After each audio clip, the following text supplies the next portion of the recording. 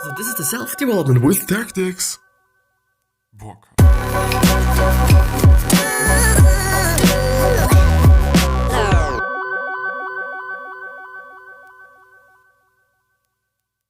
Yesterday as well, the audio is a tiny bit fogged because the funny thing is, I think in the video I've actually also said like, well, I hope that it is going to be fine, and I haven't checked it and whatnot, and it wasn't a good idea. I should have done that. Just to let you know, it's a little tiny bit better, or worse, as people apparently say, I guess. But yeah, just to let you know, I'm gonna see you. So, this one's going to be again about the Icarus Deception by Seth Godin. It's going to be amazing. It's going to be hopefully valuable. It's hopefully going to also be something that you are interested in, looking forward to, and all those things. But yeah, I'm going to see you after the intro. As always. Please check out the description. Or that description, actually. Because there's a lot of free things that you can get. First of all, there is the link to the podcast, because this is actually a podcast and a YouTube quote-unquote show. On the other hand, you're also going to get 3 things, as I said.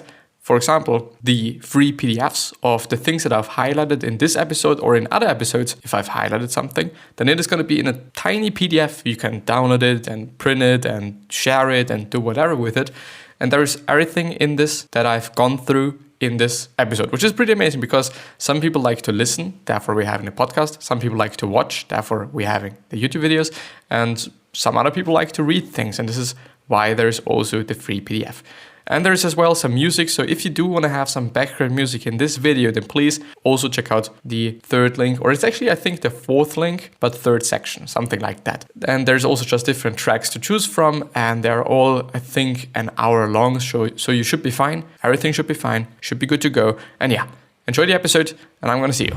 And with that being said, hello and welcome back to the next episode of the Self-Development with Tactics podcast. And I'm really happy and pumped to be here. I do hope that the audio is fine. I haven't checked actually before, which is not something that I can kind of suggest people to do, because it's really dumb. You gotta always have to check whether everything is okay or not before you actually start the work. Because it actually also happened to me, like after recording, just looking up the recording itself, being completely broken. Especially when it comes to the voice or the sound, which, it's a cable and it is there, and I'm just playing with sometimes and whatnot, so it's a little bit vulnerable, I'd say. But yeah, anyway, we're gonna go ahead with the summary from the civis.org site. I might say civis.com pretty often, since it's quite, I would say, common, but it is not a .com site. So I'm going to read. When those in power want to ensure that the masses buy what they sell, they shame those who apparently can't afford to buy what they need to fit in. And if I'm understanding this correctly, it is basically about, okay, maybe you shouldn't sell whatever you're selling on such a high price, because it might not be something that's so necessary. And if you're just selling it at this price, then people might not be able to just buy something else that they actually need. Which is actually quite a good way to go from selfish thoughts to, okay, what are the customers saying? What are the people saying? What are the people in need of? What do my customers need? And all those things, like, important, I would say. It's just important. And light is also important. Therefore, we're going to have a little bit more light in here, just because I can. Edmund Burglar said, I guess, the megalomaniac pleasure of creation produces a type of elation which cannot be compared with the experience by other mortals. Megalomaniac. What does megalomaniac mean? A person who suffers delusions of their own power or importance. The megalomaniac pleasure of creation produces a type of elation. I don't even know what elation also means. Happiness, which cannot be compared with the experience by other mortals. I don't actually know what this all means, but you might know, and you might think that it is something amazing. The community responds to a courageous act by seeking to shame the courageous one. Yes, most often, yeah, quite. Shame is not the soul killer. The artist then combines courage with a fierce willingness to refuse to accept shame. Yes, because I think in the first beginning we all make something that we can't possibly be proud of. most often. I don't want to point out it is most often the case. Of course, there's also going to be some situations, there's going to be some people, there's going to be some whatever, where they really say like, okay, I've done this for the first time and I think it is actually pretty good. And I would actually share it with other people. But as I said, most often we are just writing something, we are recording something, we're talking about something. And the first few times it's not going to be as good as it could be. And I do really have to say, and do really also think that it is completely the case for me and the whole podcast, because like the first few episodes, they were just really shit. Like it was really uninteresting, even though to some degree, and on some days I do also have to say like I'm such an uninteresting talker in terms of like my voice being uninteresting. In terms of like, okay, when you listen to it, you're probably gonna get really bored, quite. But I still really think that I'm improving. Maybe every single day, maybe every week, maybe every month, maybe every year. And in the end, it's going to be good. And in the end, I'm probably going to be a different communicator than just before, I would say. Maybe I'm going to be a better communicator. Maybe I'm going to be a worse communicator. I actually don't know. But I would rather say that I'm then going to be a better communicator, because, I don't know, if you communicate a lot, then I guess that you're going to be better afterwards. Unless you're actually doing things in the wrong way all the time, then it's not going to be that good in the end. Quite. Make art that moves the audience of your choice. Yes. Just the few people, the 10 people, the 20 people, the 30 people. Not necessarily a million people. Only a self-negating artist reads his Amazon reviews and the Twitter feedback on his work. He will learn nothing and will amplify his lizard brain's certainty of his worthlessness. Yes, quite. Unless, and I would therefore say it's not the case for every single review. Having a look at the reviews that are like 3 stars and whatnot, which are not like just 1 star or 0 stars or 10 stars, let's assume that those people that are really in the middle, they might just know what they're talking about, or they just might know what, or I think their feedback might be relatively valuable, because they found something good and they also found something bad. Because the completely full star people, they just like you already. You don't have to listen to them. The really like 1 star people, like I don't really know if they're ever gonna like you. And the 3 star people, they're maybe gonna be like, well, there's something that I like and there's something that I don't like. And they probably also point it out, I assume, by thinking about it. With our true friends, we let down our guard, set aside our armor and open ourselves up. We are vulnerable and trusting. Yes, that's totally the case. That's totally the case. Because with good friends, we are most often talking about quite everything and anything and in any way we want to. And there's not going to be a lot of censoring. There's not going to be a lot of, I said that and this and whatnot, and this person's then going to think that I'm just whatnot. No, not really. It's more on ease, I would say. In school, we teach kids to earn high scores and to comply and to meet the standards of their teachers and parents. But what if those things aren't part of your agenda? Then you're probably fucked and you're going to have bad grades. Quite. But yeah, it's all the case. And I've been talking about it in yesterday's episode as well. Oh no, it's going to be today's one. Quite. No, it's going to be yesterday because this one's going to be for tomorrow. Yeah. Which means that I have been watching again, or quote unquote reacting, I don't like to say react, to a Seth Godin video, or a video where Seth Godin was staring in it. And he was also talking about like compliance, factory workers and all those things. And I therefore also just explained the whole agenda or the whole thing that he talks about it in that sense. Reality TV offers us the dream of fame and at the expense of our dignity. Well, yeah. Yes. Is it actually what I mean it is? Statelessness, nobleness, nobility, majesty. Yes, really the case. 4 common mistakes. Busy is the same as brave.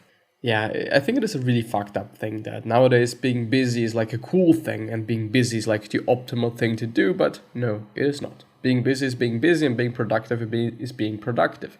Being busy should not really be compared to being productive because it's not the same thing, or it's like kind of the opposite thing. Quite. Not really, but quite. A mentor is going to change your life. As Seth Godin also said in a lot of different videos and articles and whatnot, mentors are not scalable. There might be one mentor for one person, but there's not going to be a mentor for 100,000 people, whatnot. So we should rather go for heroes, because heroes can be listened to, heroes can be watched, and heroes can be watched by a lot of people, and heroes can also be listened to by a lot of people. Heroes means that I'm going to, for example, take Seth Godin as my hero. I'm going to take it as a person, and I'm going to consume everything that this person is putting out, because I can. You know, whether it is the words, whether it is the speech, whether it is the videos, I'm going to listen to all of these things, which I've actually kind of did. Like, I haven't read everything, certainly not, really not, but I've listened to just so many different podcast episodes. I think nearly every one of those that he put out, and I've also watched like nearly every single video that I could have found of him, basically. So we should rather go for heroes rather than mentors.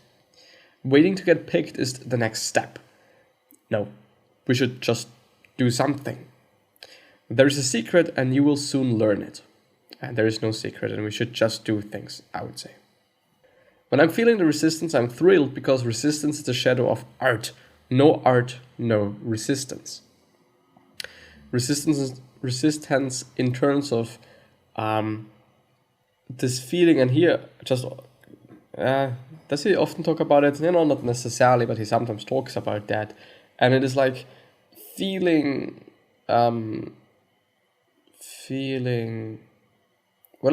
sort of a resistance, I would say. It might not be kind of the exact quote-unquote translation, since resistance refers to, I think, Pressfield's book, I guess, or work. And I think it's about just feeling something, you know, feeling something of, okay, I'm not quite sure if this is going to work out. I'm not quite sure if I like that. I'm not quite sure. I would say this is the feeling. And as I'm just thinking about it, just before I've started to record this episode, I thought about starting a stream once in a while, or once again, after quite some while. Because I thought, well, maybe it is better. Maybe it just makes sense. Maybe this is something that I should be doing. Maybe this is the thing that I kind of, I don't want to say should be doing, but maybe it makes sense. You know, maybe there is some people that are interested in me watching some YouTube videos. Could be the case. I don't really know. But I would see. But I think about it as like, well, I'm not quite sure if this is what I think will work. This is not, I don't really know if it is what I also want to do, if this is something that I like to do, if this is not a lot of quote unquote pressure, but I think it is quite resistance, you know, in the end. Eve Klein photo. Notice where Klein is facing. Where Klein is facing. This is not a man intent on self-harm. It is someone comfortable with the void, eager to see what he will discover. Once I realized that the cold sweat, the palpitations, the willy stalling, the insecurity and the fear were part of making art, I was able to relax into my work. And this is what I was talking about before. Insecurity, fear, palpitations, what I don't know what it is. Strong, irregular heartbeat, okay. Cold sweat, and all those things. When resistance shows up, I know that I'm winning. Not my fight against it, but my fight to make art. The resistance is not something to be avoided, it is something to seek out. Effort is rarely correlated with how much the audience cares. I think this is an incredible one. It's a really incredible one, and it's just one that everybody, I think, should know. It doesn't necessarily mean that if you put a lot of effort into whatever you're doing, it doesn't really mean that the audience is also gonna like it. I guess this is what he's willing to say there, or what he's saying there. But it is definitely the case. It really is. Like, I could put so much work into a certain piece and think, wow, this is gonna be that one, this is gonna be huge, this is gonna be amazing. But in the end, it is not. In the end, it is not, and most often it is actually the videos or those videos that I've recorded where I didn't really believe that they're actually good.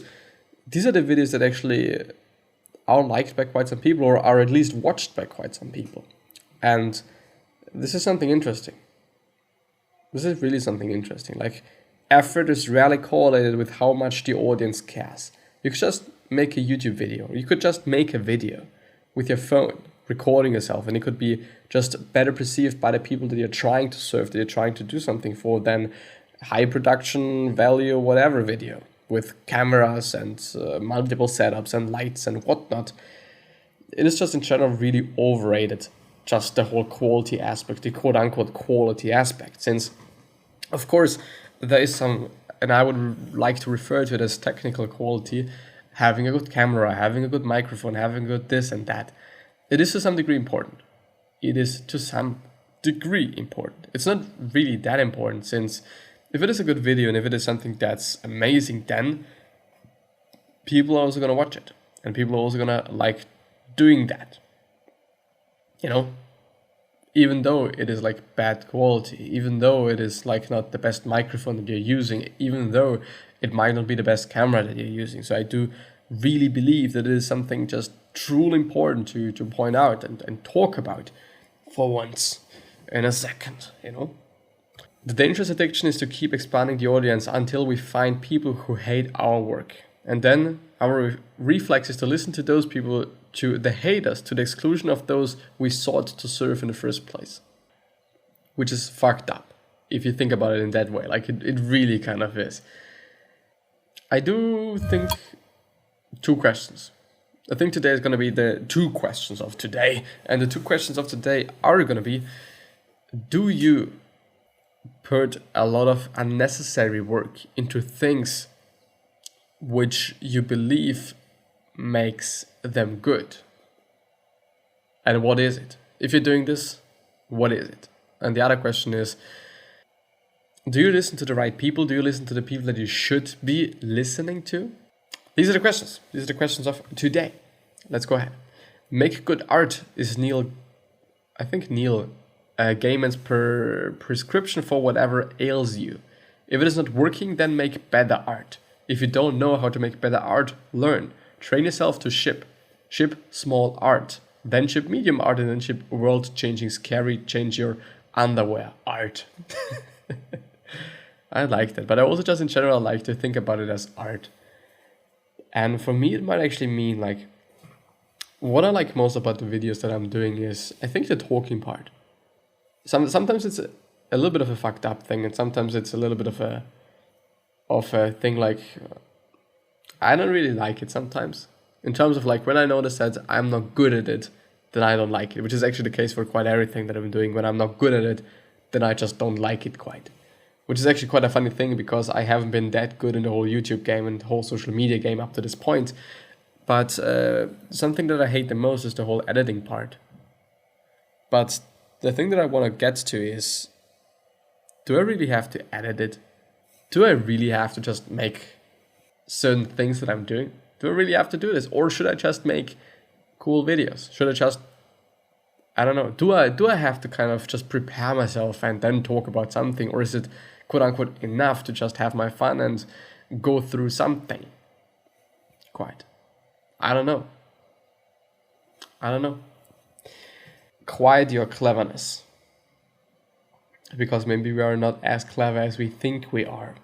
The trick isn't coming up with an interpretation of events that allows you to maintain your worldview. It is to accept what happens without stopping to interpret it according to your biases.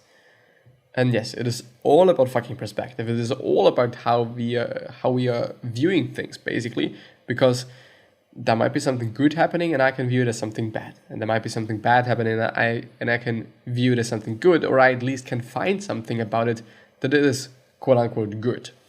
You know, because like, of course, if it is something really severe, then you probably can also find something good about it, but sometimes it does not feel to be the right thing, I guess, to do so. The ability to see to see the market and technology and the talent as it is, instead of how you want it to be or fear it to be, is one of the secret skills of the successful creator. The ability to see the market and technology and the talent as it is. I think especially your talent, like what are you good at? What should you be doing? You know, maybe I'm actually not a good talker.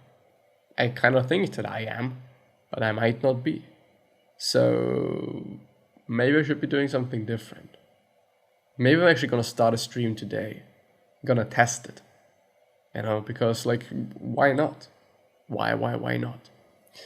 And the last one for today is gonna be, when you're wrong, the instinct is to blame the universe, not your worldview. We rarely want to surrender our framework for how things work or question our assumptions. And yes, this is totally the case. We like to blame other things, and we like to just not work on ourselves, and we like to do everything so that everything is going to be easier for us, basically. But yeah, I think that this is going to be it for this episode. I think that this is going to be it for today. So I wish you the best health, love, happiness, and also success, and also hope that you're going to remind yourself and you're going to be remembered, which basically means your legacy, and basically means just being a nice person and then being remembered as a nice person. And yeah, with that being said, I'm hopefully going to see you next time. And 3 other questions that I'm having for you are, why are you here? What are you trying to change, and what is bothering you the most? And these 3 questions are hopefully going to show you your purpose and maybe even a business idea. And yeah, with that being said, I'm hopefully going to see you next time. Bye bye, and thank you.